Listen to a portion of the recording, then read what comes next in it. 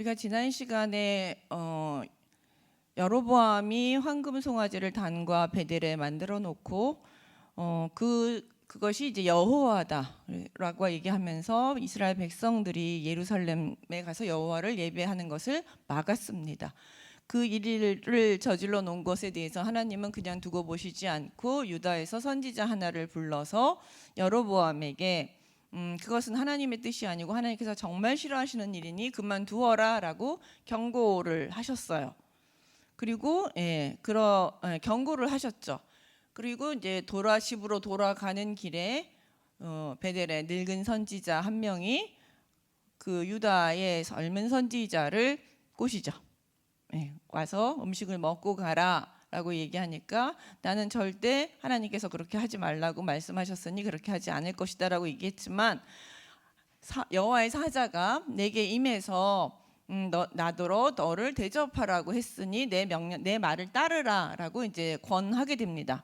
그래서 이 늙은 선지자의 말을 따라서 이제 와서 음식을 먹고 떡을 먹고 물을 마시게 됩니다. 그래서 지난 시간에 저희가 하나님의 말씀을 확인할 때는 꼭 본인이 확인해야 된다라는 이야기로 이제 이야기를 마쳤는데 이제 그 이후의 이야기가 계속됩니다. 그리고 나서 이제 정말로 아무 일이 없었느냐, 그것이 아닙니다. 20장 조금 전에 20절 조금 전에 읽은 그 본문입니다. 그들이 먹고 마시기를 마실 때에 바로 그들이 상 앞에 앉아 있을 때, 즉 먹고 마시기가 아직 끝나지도 않은 그 시점이라는 것이죠. 때에 바로 여호와의 말씀이 그를 데려온 선지자, 늙은 선지자에게 임하게 됩니다. 그러면서 그가 유다에서부터 온 하나님의 사람을 향하여 이르되 여호와의 말씀에 내가 여호와의 말씀을 어기며 내 하나님 여호와께서 내게 내리신 명령을 지키지 아니하고 돌아와서 여호와가 너더러 떡도 먹지 말고 물도 지금 떡도 먹지 말고 물도 마시지 말라는 얘기는 지금 계속 나오죠. 이게 왜 이렇게 계속 반복되느냐면 반복은 중요하기 때문에 그래요. 하나님의 말씀이 떡, 물 절대 먹지 마라는 것을 지금 선지자 입으로도 얘기하고 계속 반복해서 계속 얘기하고 있거든요. 본문들이 하지 말라는 건 정말 하지 말았어야 됐는데 그걸 했다고 다시 한번 정확하게 집어서 여기에서 말하고 있습니다. 먹지 말라고 했는데 떡도 먹고 물을 마셨다. 너는 내가 말한 그대로 어겼다라고 지적을 하시면서 내 시체가 내 조상의 묘실에 들어가지 못하리라 하였는 하나님의 징계를 듣게 됩니다. 이게 늙은 선지자가 말한 것은 거짓이었다는 것을 늙은 선지자의 입을 통해서 하나님이 직접 말하게 하면서 그 사람이 한 입으로 두 말한 거죠. 지금 하나님은 이렇게 말씀하셨다라고 하면서 먹어도 된다라고 얘기했지만 하나님께서는 그 선지자의 입을 통해서 먹지 말아야 하는데 네가 먹었기 때문에 내가 너한테 징계를 내린다라는 말을 하게 합니다. 그러니까 정확하게 하나님께서는 그 늙은 선지자의 말이 거짓이었음을 자신의 입을 통해서 실토하게 만드는 것이죠. 그러니까 명령을 어긴 것에 대해서 되게 엄격하게 얘기하십니다. 여기서 이제 자신의 조상의 묘실에 못 들어간다는 게 뭐가 그렇게 문제냐라고 하면 고대 사회에서는 죽은 후에 자신의 조상의 묘실로 함께 안장하는 것이 일종의 축복 중에 하나예요. 그래서 장례가 잘 진행이 되고 그래서 편안하게 묘실로 들어가는 것은 하나님 앞에서 은혜를 받은 징표가 됩니다. 그렇기 때문에 자신의 조상의 묘실로 못 들어가는 여러 가지 일들이 생기게 되면 그것은 하나님의 징계라고 본 것이고 그 참 안 좋은 고대 사회에서는 그것만큼 뭐라 그럴까요? 안 좋은 일도 없다라고 생각하고 있던 그런 문화 속에서 못 들어간다는 얘기는 너는 하나님의 징계를 받았다. 그래서 편안한 죽음을 맞이하지 못할 것이다라는 의미입니다. 그래서 여러분이 그 사무엘서 맨 마지막에 사울 이야기를 보시면 사울이 언제 죽어서도 자기 묘실에 안장되지 못하고 그냥 길앗 야베스 사람들이 하다가 그냥 자기의 길앗 야베스 그것에다 어디다 안장시켜 줍니다. 언제 이 사울과 그의 가족이 전부 자신의 그 가족의 묘에 안장이 됐느냐 하면 그 사무엘하 24장에 리스바라는 사울의 첩이 자신의 아들의 죽음과 그다음에 이제 사울의 가족의 죽음에 대해서 애도를 한 6개월에서 7개월 정도 한 이후에 다윗과 이스라엘 백성들이 사울 가문에 대한 마음이 다 돌이켜지고 용서하고 나서 그들이 편안하게 그 가문 기스 가문의 묘실에 안장이 됩니다. 그리고 나서 하나님께서 이스라엘 백성에게 비를 내려주셨죠. 은혜의 징표로 서로 화해에 대한 하나님의 기뻐하심을 비 오는 것으로 표현해 주셨습니다. 그만큼 삶과 죽음에 있어서 죽음을 어떻게 잘 마무리하는 건가 하나님의 은혜 중에 하나라는 것을 여기서 이야기하는데 그 복을 너는 누릴 수 없다라는 것이죠. 왜냐? 하나님의 말씀을 어겼기 때문에.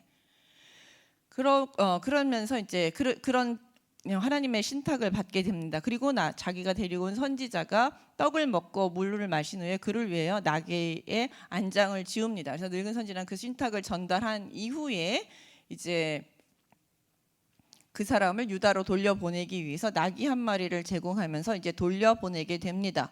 이에 그 사람이 가더니 사자가 길에서 그를 만나 물어 죽이매 그의 사자가 길에 버림받으니 나귀는 그 곁에 서 있고 사자도 그 시체 곁에 서 있더라. 예, 갑자기 급작스러운 사자가 물어 죽이는 그런 급작스러운 죽음을 맞이하게 됩니다. 근데 이 죽음이 하나님의 어떤 심판이라는 것을 정확하게 보여주기, 그냥 우연한 사고가 아니라 하나님의 심판이라는 것을 보여주기 위해서 여기서 뭐라 그러냐면 나귀는 그 곁에 있고 사자도 그 시체 곁에 서 있어요. 그러니까 그냥 사자가 보통 그 맹수들이 함부로 사람이나 짐승을 공격하지 않습니다. 그거는 에너지 빼는 일이거든요. 이 짐승의 세계에서는 정글의 세계에 있어서는 자신의 에너지를 가지고 있는 게 중요하거든요. 생존과 직결되니까. 그래서 언제만 공격을 하느냐면 배고플 때, 먹고 싶을 때만 공격을 합니다. 예, 그렇기 때문에 물어 죽이고 나서 나귀를 죽이지 않았다. 그러니까 먹지 않고 그냥 물어서 죽이고 나서 그다음에 옆에 있는 나귀도 죽이지 않고 그냥 그 옆에 가만히 서 있는 이 모습은 되게 이상한 초자연적 현상이에요. 자연적 현상이 절대 아닙니다. 예, 왜냐하면은 배고픈 사자가 덤벼들었으면 나귀를 벌써 먹었겠죠. 사람은 죽이더라도 나귀를 먹었어야 갔는데 그렇게 하지 않음을 통해서 이것은 이 선지자의 죽음은 하나님의 심판.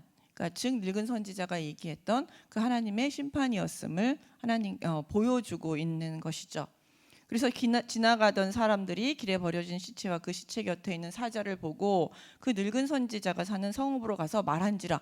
너무 이상한 일이 그 일에서 벌어진 거죠.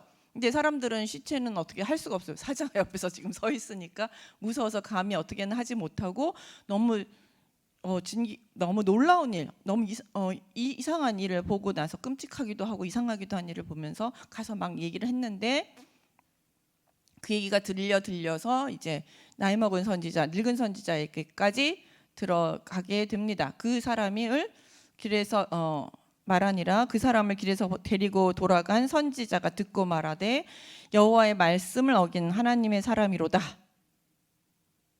예, 그 사람이 아마 내가 지금 보냈던 그 선지자, 내가 물을 주어서 억지로 먹게 했던 그 선지자. 하나님, 근데 그 얘기 안 하고 쏙 빼놓고 뭐예요? 하나님의 말씀을 어긴 선지자다라고 이야기하면서 여호와께서 그에게 말씀하신 것 같이 여호와께서 그를 사자에게 넘기심에 사자가 그를 찢어 죽였도다. 정확하게 그 사건에 대해서 설명하고 있습니다.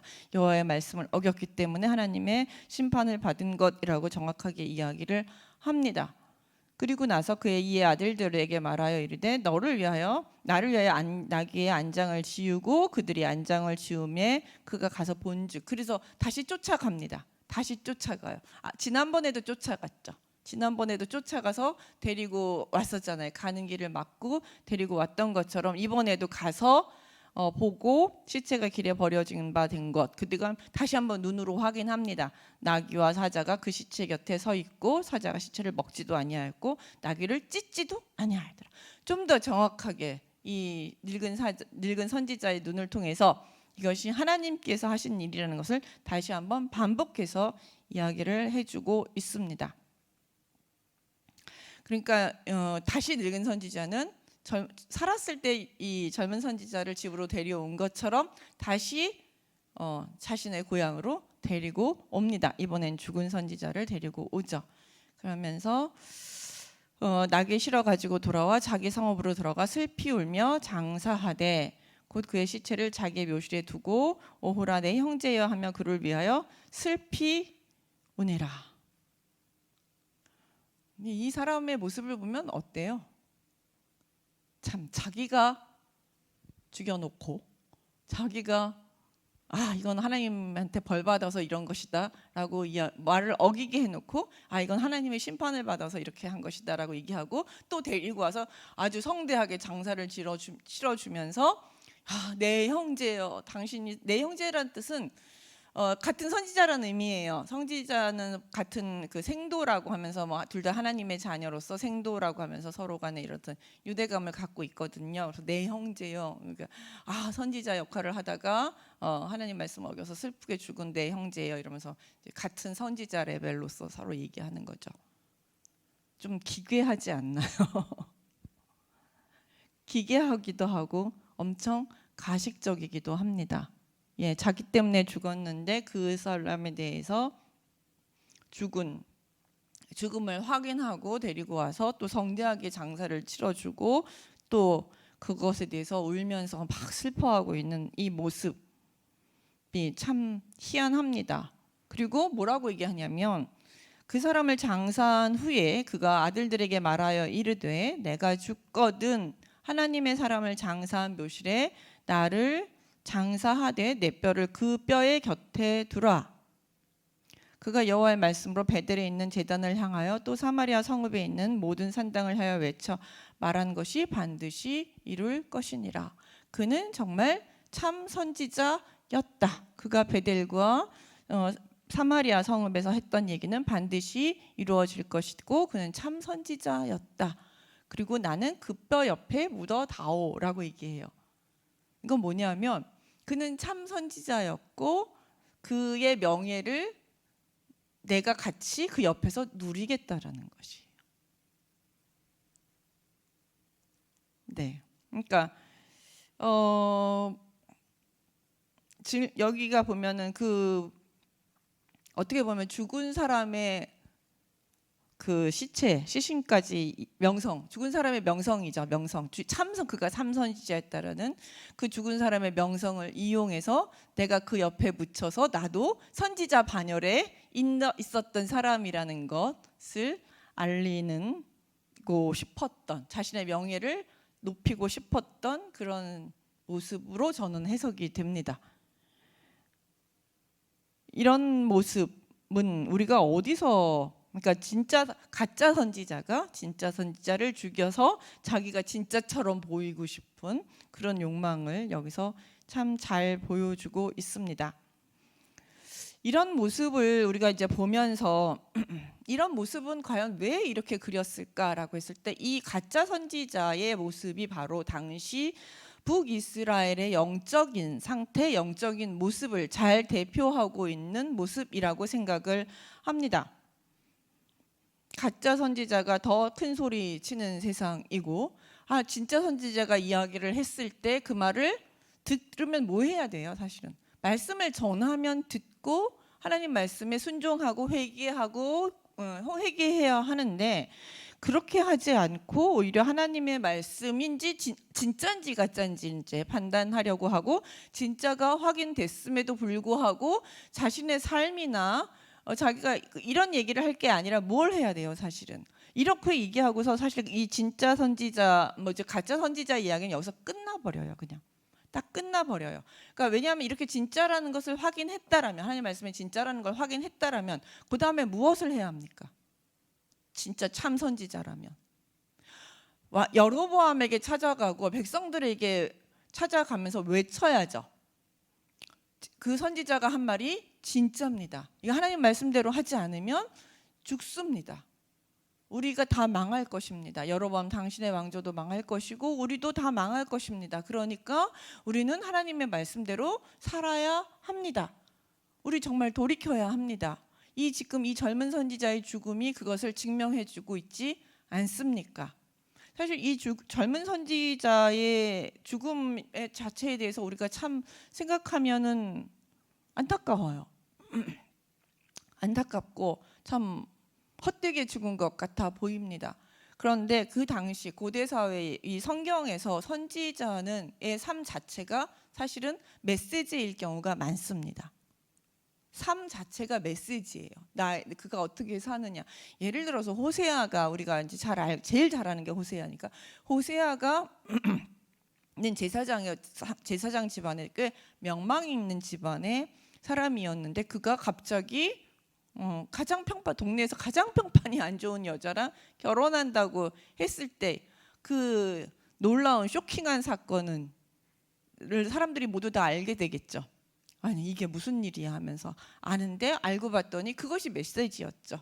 하나님이 평판이 안 좋은 고멜과 같은 이스라엘과 결혼을 했다라는 것이죠. 그를 사랑했고 그들과 결혼했다. 그런 결혼이라는 삶을 통해서 하나님의 메시지를 전달했던 것이죠.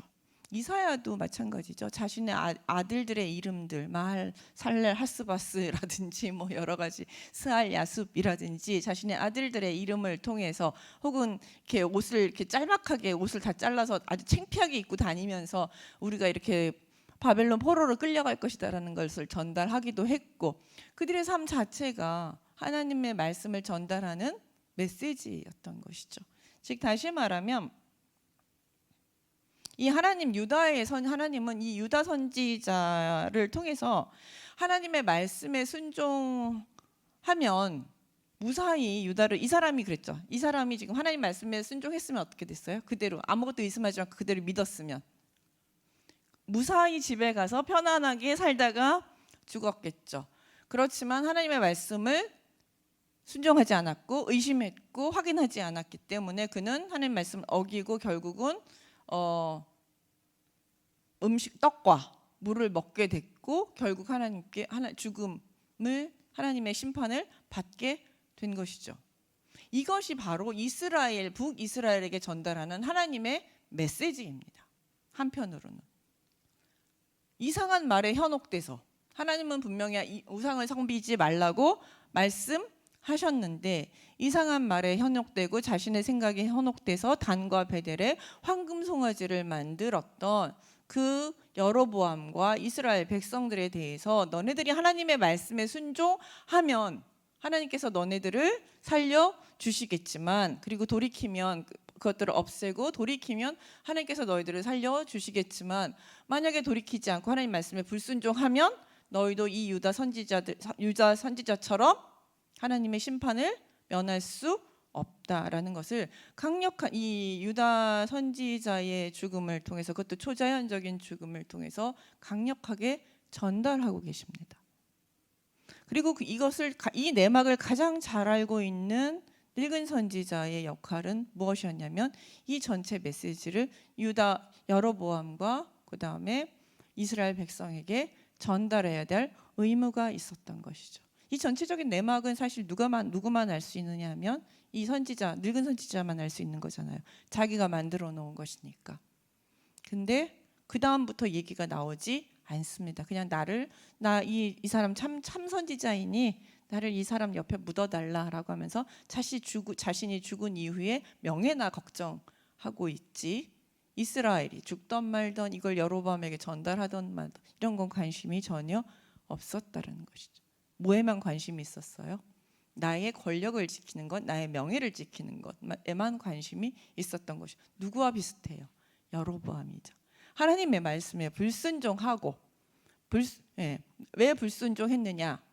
나의 권력을 지키기 위해서죠. 단과 베델의 황금 송아지를 만든 건 바로 나의 권력을 지키기 위해서 하나님 이스라엘 백성이 다윗 가문으로 돌아가면 어떻게 나를 싫어하면 어떻게 이러면서 걱정하는 것이죠. 근데 그 나라를 만들어 주신 이가 누구예요? 하나님이시고 나라를 지키시는 이가 누구예요? 하나님이십니다. 그것들을 잊어버린 거죠. 그러니까 선지자가 자신 본질을 잊어버린 것처럼 왕이 자신의 본질을 잊어먹었고 이스라엘 백성들도 자신이 하나님의 백성이라는 본질을 잊어먹었기 때문에 결국 하나님의 심판을 면할 수 없다라는 경고를 이 유다 선지자의 죽음을 통해서 하나님은 다시 한번 강력하게 북이스라엘과 여로보암에게 말씀하셨어요. 그렇기 때문에 이 유다 선지자의 운명은 나중에 그 여로보암의 운명과 여로보암이 이 운명을 따라갑니다. 나중에 여로보암에게도 똑같은 이제 그 다음 장에 나오는데 여로보암 가문에서 그 여로보암의 아들 아비야를 제외한 나머지는 자신의 묘실에 묵히지 못한다라는 예언을 받습니다. 그것처럼 그러니까 하나님의 말씀을 듣는 것도 참 중요해요. 깨달아 아는 것도 중요해요. 이게 진짜구나 가짜구나 하는 거를 아는 것도 중요해요. 그러나 가장 중요한 건 그 말씀대로 사는 것이죠. 그것이 아니라고 선지자로서 해야 될 일은 뭐예요? 나가서 자기가 돌을 맞아 죽던 왕에게 맞아 죽던 외쳤어야죠. 그게 선지자로서의 직분인 것이죠. 진짜인 줄 알면 뭐해요? 입을 다물고 있었는데, 침묵했는데. 그러니까 가장 비겁한 그 당시 제사장들이 어떤 모습이었는지 이 늙은 선지자를 통해서 잘 알 수 있습니다. 이런 일 결국은 침묵했기 때문에, 그리고 이 사실에 대해서 더 이상 마음에 두지 않았기 때문에 그 33절에 여로보암이 이 일 후에도 그 악한 길에서 떠나 돌이키지 아니하고 다시 일반 백성을 산당의 제사장으로 삼되 누구든지 자원하면 그 사람을 산당의 제사장으로 삼았으므로 이 일이 여로보암 집에 죄가 되어 그 집이 땅 위에 끊어져 멸망하게 되니라. 외치지 않았고 하나님의 경고를 받지 않고 여전히 자신이 생각대로 행했기 때문에 여로보암은 자기의 발로 자기 스스로 하나님께서 주신 회개할 수 있는 너무나도 귀중한, 그래서 누군가의 생명까지 잃어가면서 만들어 주었던 그 기회를 자신의 손으로 자신 스스로 버리게 된 것이죠. 더 이상 그리고 나서 하나님이 한 번 더 기회를 주세요. 사실은 한 번 더 기회를 주시는데 우리는 그 기회를 자꾸 놓치고 있는 것입니다. 그게 누구냐면 여로보암의 아들 이야기예요. 그때의 여로보암의 아들 아비야가 병든지라 여로보암이 자기 아내에게 이르되 청하건대 일어나 변장하여 사람들이 그대가 여로보암의 아내임을 알지 못하게 하고 실로로 가라. 그러니까 아이가 병이 들었습니다. 자기 왕권을 이어받을 아들이 병에 걸리자 그 병이 일반적으로 치료될 수 없는 것인 줄 알고 여로보암은 한 선지자를 찾아가라고 부탁해요. 선지자를 통해서 그 병을 치료받기 위해서, 즉 다시 말하면 하나님께 도움을 받기 위해서 이제 선지자를 찾아가라고 이야기를 합니다. 참 이런 거 보면 인간이라는 존재가 어떤 존재인지 참 잘 보여줘요. 자기의 권력을 위해서 하나님의 말씀은 순종하지 않으면서 자기가 급하니까 또 누구를 찾아요? 하나님을 찾죠. 시종일관 처음부터 끝까지 하나님께 엎드려 매달리고 있으면 되는데 인간이란 존재는 어려울 때만 하나님을 잠시 찾고 평소에는 하나님 찾지 않고 살아가고 있습니다. 저는 요즘 기도를 할 때 이런저런 기도를 하면서 인간이 하나님께 구할 수 있는 게 뭐가 있을까라고 하면 은혜밖에 없는 것 같아요. 불쌍히 여겨주시고 하나님 그냥 은혜 주십시오. 제가 뭐 할 수 있는 게 뭐가 있겠습니까? 주님이 은혜 주시면 오늘도 살고, 주님이 은혜 주시면 내일도 살고, 내가 주신 일도 할 수 있는 것이고, 은혜 주시지 않고 안 주시고 능력 안 주시면 이것도 못하고 저것도 할 수 없는 것이 우리 연약한 인생이지 않습니까? 하나님 우리에게 그냥 은혜 주시고 오늘 하루도 살아갈 수 있게 하여 주옵소서. 네, 이것밖에 우리가 인간이 하나님 앞에 구할 수 있는 게 별로 없는 것 같아요. 뭐가 있어야죠. 잘난 게 뭐가 있어야죠. 뭐가 할 수 있는 게 있어야죠. 네, 그런 생각이 들면서 근데 그렇게 엎드린 자세를 하나님께서 가장 기뻐하시지 않을까 하는 생각도 듭니다. 내가 뭐 조금 잘났다고 빳빳이 고개 든다고 해서 하나님께서 그래 너 잘났다라고 말씀하시지만 그게 잘났다라고 그래 그래 너 잘났다 이렇게 하시는 게 아니라 그래 너 잘났다 이렇게 말씀하시겠죠. 그러니까 그런 생각이 요즘 계속 많이 들고 있습니다. 왜냐하면 요즘 제가 공부를 할수록 모른다는 생각이 너무 많이 들어요. 제가 이렇게 아는 게 없는지 모르겠어요. 점점. 그래서 그런 생각을 하면서 우리가 은혜 속에 사는구나, 은혜로 사는구나, 은혜밖에 구할 게 없구나라는 생각을 점점 더 해보게 됩니다. 어쨌든 여로보암도 그 뻣뻣하던 여로보암도 어려움이 처하고 자신의 아들이 죽을 병에 걸리게 되자 하나님을 찾습니다.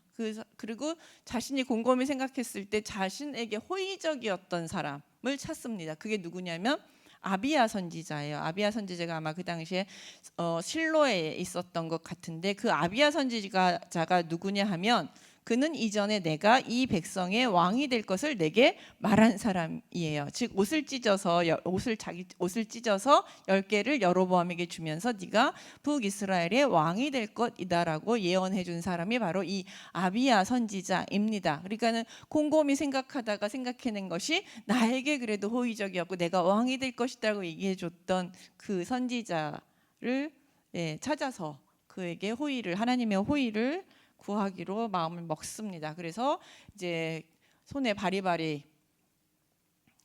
선지자에게 드릴 예물을 싸가지고 가서 떡 10개, 과자, 꿀 한 병, 뭐 여러 가지 음식들을 바리바리 싸가지고 가서 아이가 어떻게 될지를 한번 알아봐라. 그리고 좀 하나님께 뜻을 물어보고 아이에 대해서 물어보라 하면서 자기가 못 가고 자기의 아내를 보내요. 그리고 혹시 이제 여로보암 실로로 가면 여로보암의 아내가 가면 이제 이게 사람들 눈에 띌까봐 그리고 알려질까봐 숨겨서 가라고 얘기합니다. 가장해서 여로보암의 아내가 아닌 것처럼 가장해서 이제 가달라고 부탁을 합니다. 그러니까 여로보암의 아내도 이제 급하니까 자기도 말 그대로 일어나서 실로에 가서 아히야의 집에 이르는데 그 아히야는 당시 상황이 아주 나이가 많아서 눈이 어두워진 상태예요. 그러니까 굳이 변장을 하지 않더라도 지금 내 눈앞에 온 사람이 누구인지 알아볼 수 없을 정도로 눈이 안 보이는 그런 상태에 있습니다. 그런데 하나님께서 이런 아히야에게 여로보암의 아내가 자기 아들이 병들었으므로 내게 물으러 오나니 너는 이러이러 대답하라. 그가 대답하라고 미리미리 알려주십니다. 인간이 사람의 눈은 속일 수 있어도 하나님의 눈은 속일 수 없죠. 그러니까 누구한테 변장을 해서 간다는 것 자체가 어차피 대답은 누가 하실 거예요? 선지자를 통해서 하나님이 하시는 거잖아요. 그러니까 이런 행동 자체가 어이가 없어요. 내가 이렇게 잘 숨기면 인간은 속을 수 있을지 모르겠지만 사람은 속일 수 없어요. 이런 걸 보면은 참 인간이 우리 타조가 무서우면 머리를 모래에 숨기는데 몸은 다 드러나 있는 누군지 다 알고 있고 어디 있는지 다 알고 있는데 자기는 숨었다고 생각하는 그런 모습과 뭐가 다르겠습니까? 이게 인간의 어리석은 모습이에요. 내가 내 죄를 잘 숨겼고 내가 누군지 모르겠지. 하지만 하나님은 난 너 다 알고 있다라고 말씀하시는 것이죠. 하나님의 눈을 숨길 수는 없습니다. 그러니까 그러니까 이제 이 여로보암의 아내는 충실하게 들어올 때 다른 사람인 채 하고 이제 들어오게 됩니다. 그렇지만 그가 문으로 들어올 때 아히야가 그 발소리를 듣고 말하되 여로보암의 아내여 들어오라. 내가 어찌하여 다른 사람인 채 하느냐.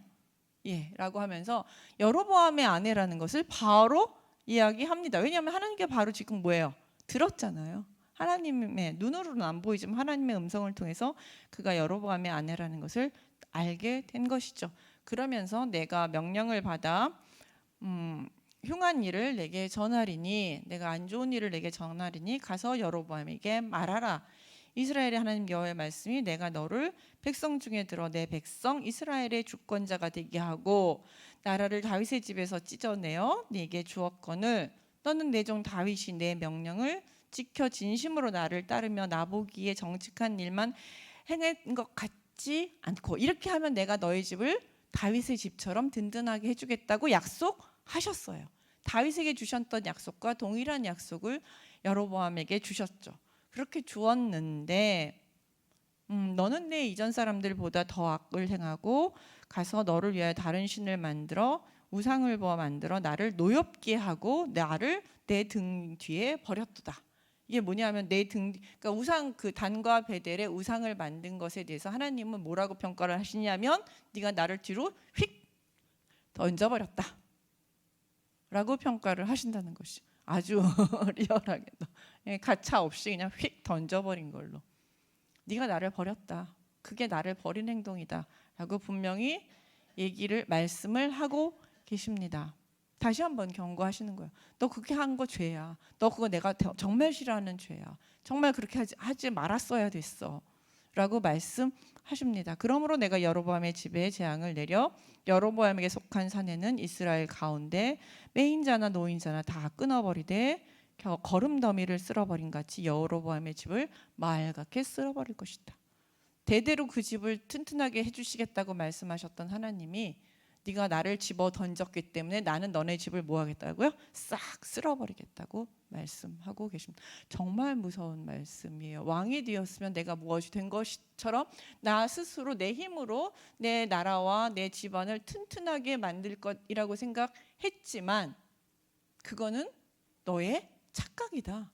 내가 한번 너를 쓸어버리겠다고 하면 너의 집은 금방 무너져서 그냥 빗자루를 한번 휙 쓸듯이 쓸려 나갈 수 있는 것이 너의 집안이야. 네가 세우는 것이 얼마나 정말 모래 위에 세운 집 같은지 알겠느냐. 하나님의 말씀대로 살아야 반석 위에 지은 집처럼 다윗의 집처럼 든든하게 세워지는 것이지 말씀대로 살지 않으면서 네가 아무리 세워봤자 그거는 하나님이 훅 불면 날아가고 휙 쓸어버릴 것이라고 말씀하십니다.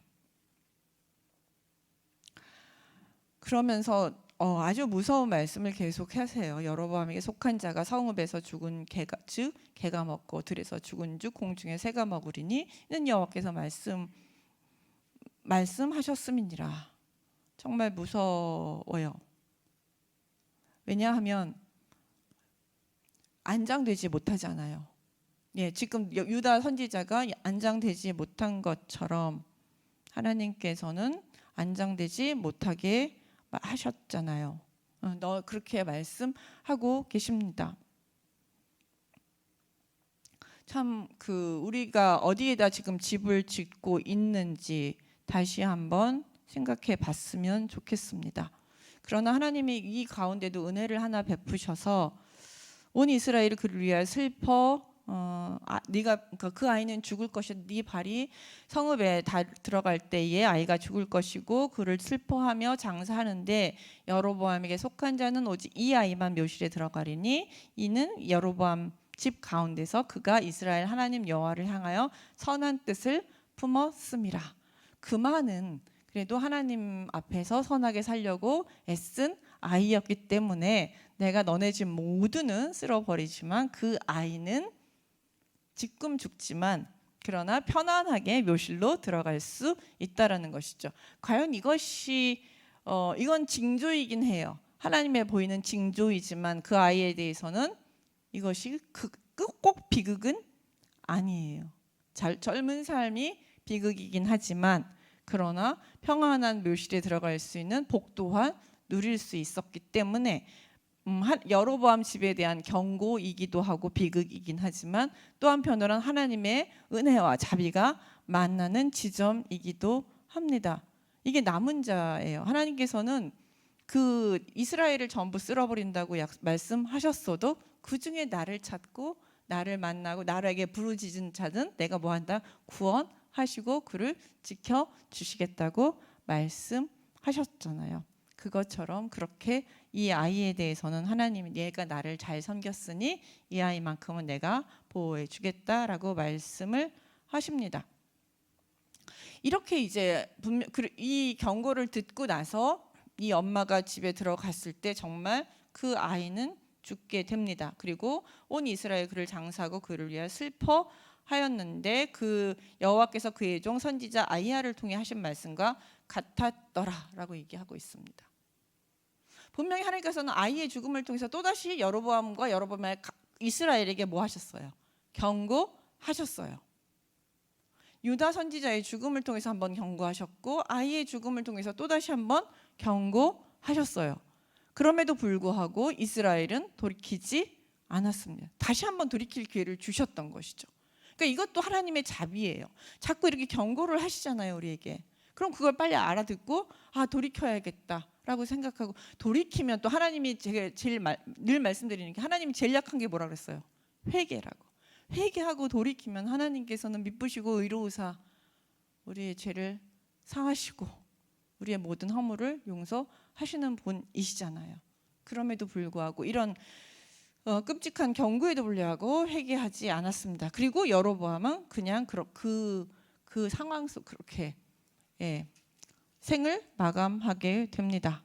그래서 20절에 보시면 여로보암이 죽음에 대한 기록이 나오고 그다음 19절 그다음 20절에 여로보암이 왕이 된 지 22년이라 그가 그의 조상과 함께 잠에 그의 아들 나답이 대신하여 왕이 되었더라. 그래서 여로보암은 결국 두 번, 세 번의 심각한 경고를 받았음에도 불구하고 돌이키지 않고 결국 그의 생을 마감하게 되면서 이스라엘로 하여금 이제 대대로 여로보암이 만든 우상이 올무가 되어 하나님의 심판을 자초하는 길로 걷게 만드는 일을 했고 그의 이름은 대대로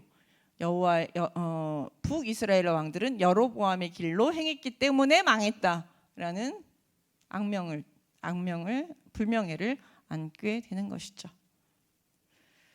우리는 어느 길로 가야 할까요? 우리 하나님께서는 자비롭고 은혜롭기 때문에 우리에게 계속해서 많은 일로 우리에게 말씀하고 계십니다. 그리고 여러분도 듣고 있기도 하고 깨닫기도 합니다. 그러나 그 말씀을 듣고 깨닫는 데서 멈추지 않고 정말 돌이키고 회개하고 하나님께서 원하시는 삶대로 살아가야 하는 것까지 우리의 의무라는 것이죠.